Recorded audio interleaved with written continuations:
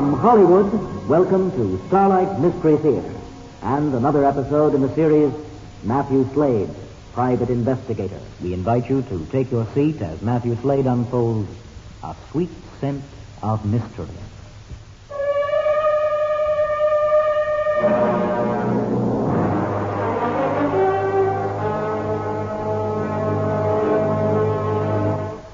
In my job, the hours are odd. So are the circumstances and the people I meet. You could even call some of them dangerous. My calling card reads, Mathew Slade, Private Investigator.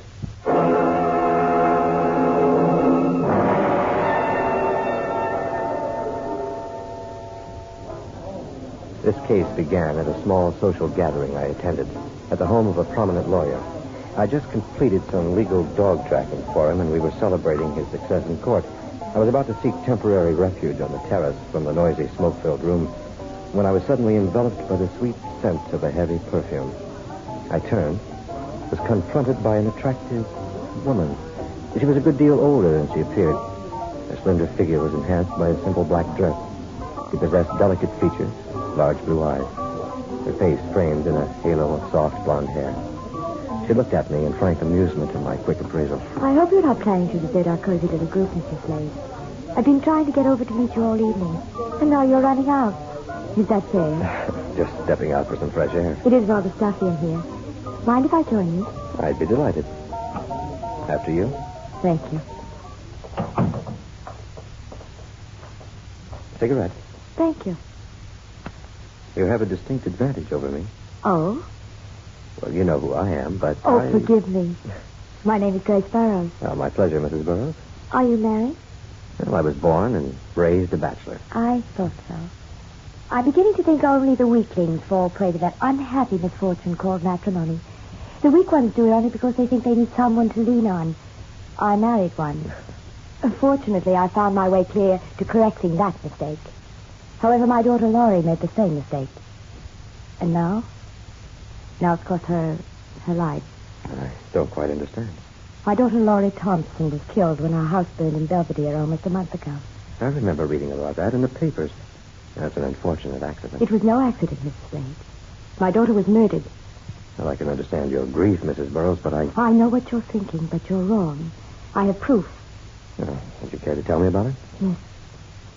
The police said that the screen hadn't been properly closed and that a spark set the carpet ablaze. But that's not it at all. Oh, go on. Since childhood, Laurie's been deathly afraid of fire. The fireplace would not have been in use at all unless someone had been with her. And there was no evidence of anyone else being there? None at all. Well, what about her husband? Bob? He didn't turn up until the next morning. It seems he spent the greater part of the evening at a bar called the Drift Inn. He was drunk as usual. At least he had sense enough not to drive. He slept it off in the car in the parking lot. The bartender verified his story. Well, did you tell the police about this fear your daughter had? Yes. Oh, they made a feeble attempt at an investigation. And that's why when I saw you here tonight, I decided to ask you for your help. Well, I don't know that I'd be able to find much more than the police, Mrs. Burroughs, especially at this late date. Have you thought of the possibility of suicide? Definitely not. Laurie was strong-willed. No matter how difficult the situation may have been, she would never have taken the easy way out. Was there a difficult situation? Oh, yes, I'm afraid there was. I see. Tell me about it. My son-in-law was nothing before he married Laurie. First, Bob resisted the idea of living off Laurie's income. But when his efforts to find a job failed, he slowly succumbed to the inevitable and turned to drinking for his solace. When Laurie reached the age of 30, less than a year ago that was, she received a sizable inheritance in addition to a monthly allowance from the trust. Bob wanted to use it to start his own business. Oh, some foolish idea of selling foreign sport cars. I was against it. As I had anticipated, within 6 months the business folded. He wanted more money to try again, but Laurie wouldn't give it to him. He even threatened to leave her because of it. That was 2 months ago. He's been drunk ever since. Where is he living now? Oh, in some rented apartment at the Shoreline Motel, I think it's called, on Highway 101. I understand he spends most of his time at the Drift Inn bar. Could anyone else have paid Laurie a visit that evening? My daughter was not in the habit of keeping company with other men. I understand some women still consider other women as friends. I'm very sorry. It's just that... Well, never mind. Laurie had many friends. None of them were as close to her as her sister Patricia. Pat was with me that evening. Well, there doesn't appear much for me to go on. Will you try and find the truth for me? All right. I'll start tomorrow. Now, I'd better take you inside before you catch cold. Then I'll find our host and say goodnight. I think I'll stay out here just a while longer. All right. Good night and thank you. I'll be in touch, Mrs. Burroughs. On the way home, I went over in my mind a few facts Mrs. Burroughs had given me. Few indeed. I suspected there was a lot more to this than she wished me to believe. Since she seemed so convinced her daughter was murdered, I was sure she had a prime suspect in mind. But she wasn't about to tell, not yet anyway. I wondered why she had so quickly come to the defense of her daughter's morals. Certainly the police had asked her the same questions. Evidently, she'd had time to think about them. And maybe, just maybe, she had a few answers she didn't like. I was determined to find out what they were. And the most likely source would be Bob Thompson. The next morning, I had Jonesy wade through the society columns of back issues at the newspaper morgue. I went over the fire report at police headquarters. It stated no more than I had expected. A neighbor reported the fire. By the time the department got there was little they could do. A routine investigation was made. A few tangible remains were found identifying the woman's body. A silver locket, brass buckles from a pair of slippers, and a diamond wedding ring. I phoned Jonesy at the office, found that her investigation had been almost as fruitless as mine. Laurie Thompson was at the top of the social register. She was active in numerous charity organizations, and because of her beauty, a favorite subject of the society photographers.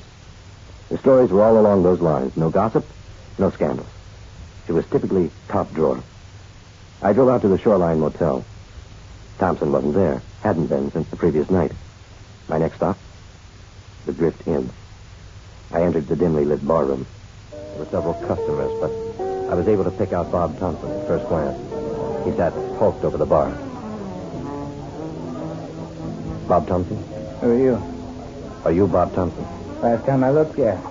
Is there somewhere we can talk? Talk about what? Your wife? I haven't got a wife. This has been my wife. Keeps me happy, gives me courage, and it's always there when I need it. You may be right, but nonetheless, I want to talk about your wife, Laurie, not about the whiskey. Who are you?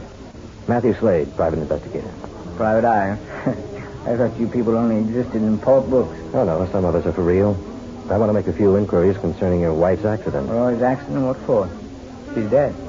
She's gone. Now, what difference does it make now? Well, the difference between an accident, suicide, or murder. What are you talking about? Oh, now I get it. Grace, you've been talking to her mother. I suppose she told you I killed Laurie. No, she didn't. She will. She told me right to my face. You killed her. She said, I'll make you pay. I expect she figured out a way to blame you, Will. I mean, it doesn't matter. Laurie's gone. There's nothing left for me anyway. Yeah, well, all I want to know is where you were the night of Laurie's death. I was here. I'm always here. Once in her life, she needed me, and I wasn't there to help. But I loved her, Slade. Can you believe that? She was perfect. No matter how rotten I got, she continued to love me. And maybe she'd just gotten mad at me once or blown up at me. I might have had the guts to get out and do something about it, make something of myself. And, you know, she never cheated on me. Not once. She wouldn't even let me serve as a good excuse for that. You started a business a couple months ago, didn't you? Yeah, with Laurie's money. I couldn't even do that without it. I was doing pretty good, too. The night of the fire. I spent a day on the beach. I went home for dinner, and I came here. And that's it. I always end up here. Did you have an argument? I never argued. Nothing to argue about. And she was too perfect. I was too weak. Was she expecting anyone that night? Not that I know of. She would have told me. Did she seem worried or preoccupied with anything? Laurie never worried about anything. I don't know what you're getting at, Slade. Maybe you'd better explain it. Yeah, well, I'm not quite sure myself. When you left her that night, did Laurie have a fire going? I don't remember, but I doubt it. She didn't like to have a fire unless I was there to attend to it. Slade? Yes? No matter what Grace has up her sleeve, you can't accuse me of killing Laurie. You see, I got the best alibi in the world. Oh, yeah? What's that? I'm too much of a coward. At least I'd learned something this morning. Grace Burroughs did have a suspect in mind. I was convinced she was wrong. Thompson was no murderer. I got back to the office in time for lunch and found Jonesy amidst a stack of old newspaper clippings. She was munching on a hamburger. Well, homeward comes my dashing hero. What's this? Food for the soul as well as the body? Very funny. You just don't realize how hard I work around here. Well, tell me, have you found anything tarnishing on our golden girl? Well, there is something that struck me as rather odd. Oh, what's that, pray tell? Well, if you were a society belle like Lorraine Thompson and you went to lots of balls and gala affairs, would you like having your little sister tagging along all the time? And if you were the little sister, wouldn't you feel like a fifth wheel? Well, yes, I suppose so. Now, what are you getting at? If you were that little sister, wouldn't you try to get your own dates and make it a foursome? All right. I'll play your little game. Now, what's the next clue? It's just that in all these reports and pictures, Mr. and Mrs. Thompson are accompanied by Lorraine's younger sister, Patricia. Matt, it's odd that a girl like Patricia Burroughs doesn't have at least one young man interested in her. Yet in all these pictures, she's alone. There's got to be some reason, and my guess is she's quite happy just being a tag-along. Because she's in love with Thompson. Oh, Jonesy. But look, Matt, just look. In every one of these pictures, Patricia is looking at Bob like a lovesick cat. Oh, now, come on, sweetheart. You're an incurable romantic. No, just a lot wiser about the ways of women than you seem to be. And I'd be willing to bet 1 week's pay that I'm right. All right, Jonesy. I promise to keep that in mind when I talk to her. Where are you going? Well, to see Patricia Burroughs.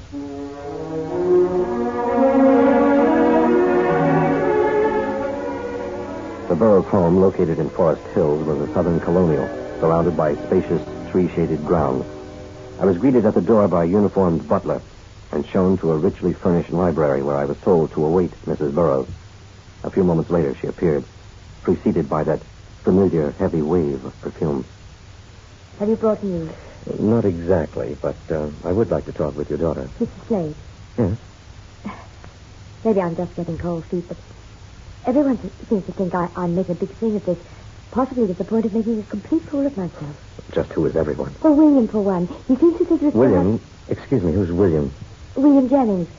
He's been a family friend for years. I value his advice. He advises that you discontinue the investigation? Yes.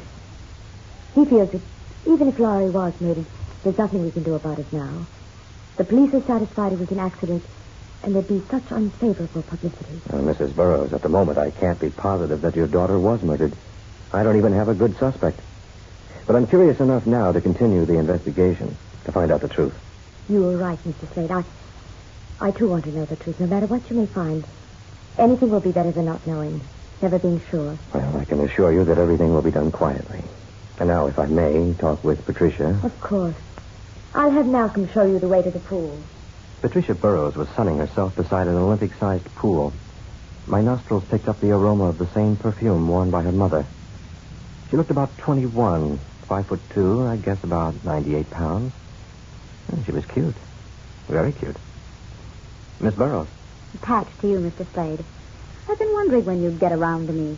Please sit down. Had I known what I'd be getting around to, I would have made it sooner. Flattery will get you everywhere. Now, what are we going to talk about? Your sister. Tell me, was she unhappy with her marriage? Well, she and Bob could have had more of an exciting life if she just let herself go. But she felt Bob needed the quiet life. If you asked me, it was the other way around. Would you care to elaborate on that? Well, Laurie was afraid of life. She used Bob as an excuse to shy away from really digging in and enjoying it. Was she in love with him? In a way, I suppose. But it wasn't the kind he needed. She was more like a mother than a wife. As an outside observer, Mr. Slade, one often sees more than the participant. As an outside observer, I'd say you were in love with him. The more I got into this case, the less sense it made. I had long since discarded my first thoughts that Lorraine Thompson committed suicide. She was too sensible and well-adjusted for that. Maybe it was an accident. Maybe I was on a wild goose chase. Nevertheless, with her fetish about fire, someone must have been with her that night. But who? And if so, why didn't that someone try to help her? Or come forward with an explanation? And I was right back where I started. The suspects were fading in and out like a fast-action B-movie. I was convinced that Bob Thompson was innocent. Patricia was admittedly in love with her sister's husband, but I doubted that she'd killed because of it. Then there was William Jennings. If he was in love with Laurie, then where was his motive for murder? Had she been seeing him on the sly? The possibilities were endless. But it all added up to a big fat zero. After a sleepless night of wrestling with my theories, I showered, dressed, and headed for the office.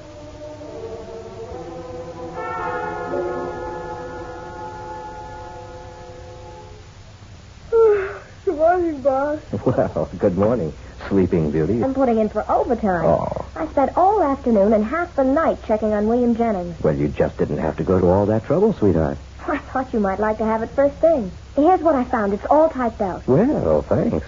Oh, and one other thing, Matt. Oh, yeah? I called Mr. Jennings' office this morning. His secretary said he was leaving for Los Angeles today.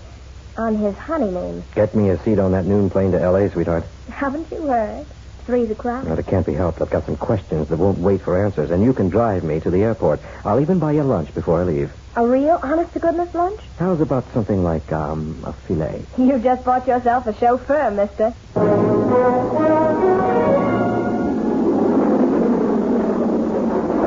Airlines, Flight 12, departing for Seattle, Gate 9. West Coast Airlines, Flight 417, departing for Los Angeles, Gate 7.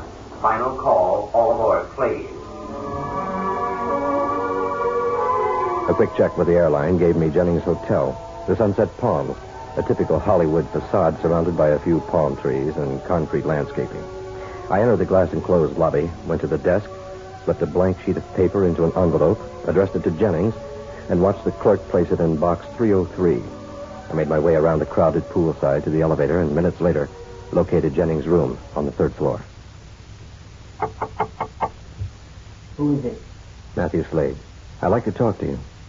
I don't know anyone by that name. You must have the wrong room. Or maybe you know more about the name Lorraine Thompson. Now, look here.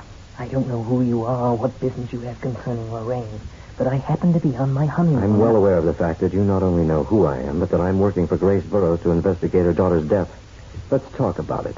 Come in. My wife knows nothing of my acquaintance with Lorraine. She's in the next room. You and Lorraine Thompson were very good friends. I've known her since we were children. Were you in love with her? I suppose our relationship could have been misconstrued by some people. When did you see her last? The night of the death. She called me. Anyway, she wanted my advice. So you went over, right? I arrived about an hour after her call, about 9:30, but she wasn't there. I waited around for a while, then I went home. Were you curious as to where she might have gone? I'd suppose she'd gone for another one of her therapy drives. That was her pet name for it. Whenever she had a problem, she'd get in her car and just drive. Yesterday, Grace Burroughs told me that you had advised her against continuing the investigation. Why? I thought the publicity would do her a great deal of damage. Are you sure you aren't trying to hide something? Now, look here. I've been more than generous in humoring you and your insinuations. I've told you all I know. And if you don't mind, I'd appreciate you leaving. I could turn you into the police for withholding evidence, but I guess I'm just a romanticist at heart. You know, your honeymoon and all that. Besides, I think you've forgotten a few things. And you may want to tell me them later. Adios. The heavy wave of perfume so familiar to Mrs. Burroughs and to her daughter Pat was much in evidence in room 303 of the Sunset Palms. I was about to calculate my next move when...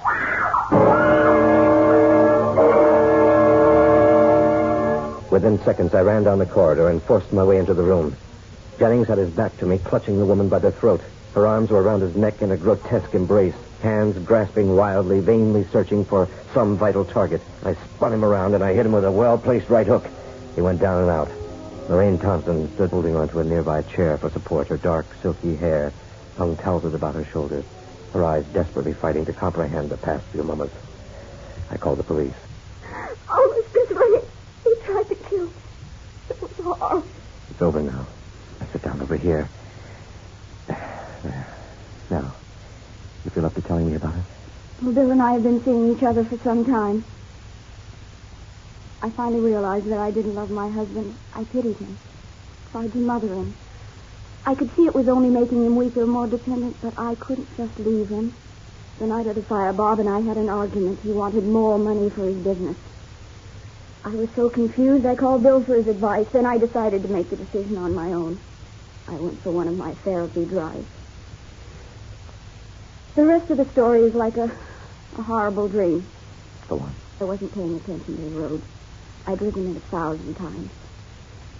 Suddenly there was a woman crossing the road. I was going too fast. I couldn't stop. I tried to swerve. The woman just stood there. The car went out of control, and I hit her. When I finally managed to stop the car, I went back. She seemed to be alive, so I put her in the back seat of the car and drove home where Bill was waiting for me. He helped me get the woman into the house, and I was about to call the doctor when Bill said she was dead. I panicked. He said it was our chance to get away together and for me to get out of a murder charge. Bill put my ring on the woman's finger and a few other things for identification, then started the fire. He drove me to the airport, and I flew down here. I realized what a terrible thing I had done, but Bill bolstered my courage. Then he wanted to draw my savings out of the bank and fly to Mexico. Yesterday I decided to give the money to Bob. I thought it might be of some consolation to him. He'd be better off without me anyway. When I told Bill what I planned to do, he became furious. Then you showed up. Bill got frightened, wanted to leave for Mexico today. I told him I couldn't go on. It would be best if we gave ourselves up. He suddenly became enraged. He said I could stay, but he wanted the money. He tried to kill me. What will happen to us, Mr. Slade? Well, you'll have to go back and face charges for the accident. And if what you told me is true, Bill Jennings will be charged with conspiracy. Possible murder. Oh, no. Well, chances are the woman wasn't dead. In which case, technically he or both of you killed her. I never would have guessed it, Matt. I had all my money riding on dear little sister. Well, you can't be right all the time. Besides, you were the one who put me onto the scent with your hunch about Patricia. It was she who gave me the first clue. Oh, that reminds me. I picked up a little consolation prize for you. Here. Oh. Open it. Go ahead. Perfume. Thank you. Wear it around the office. I kind of got used to it on this case. Oh, Matt.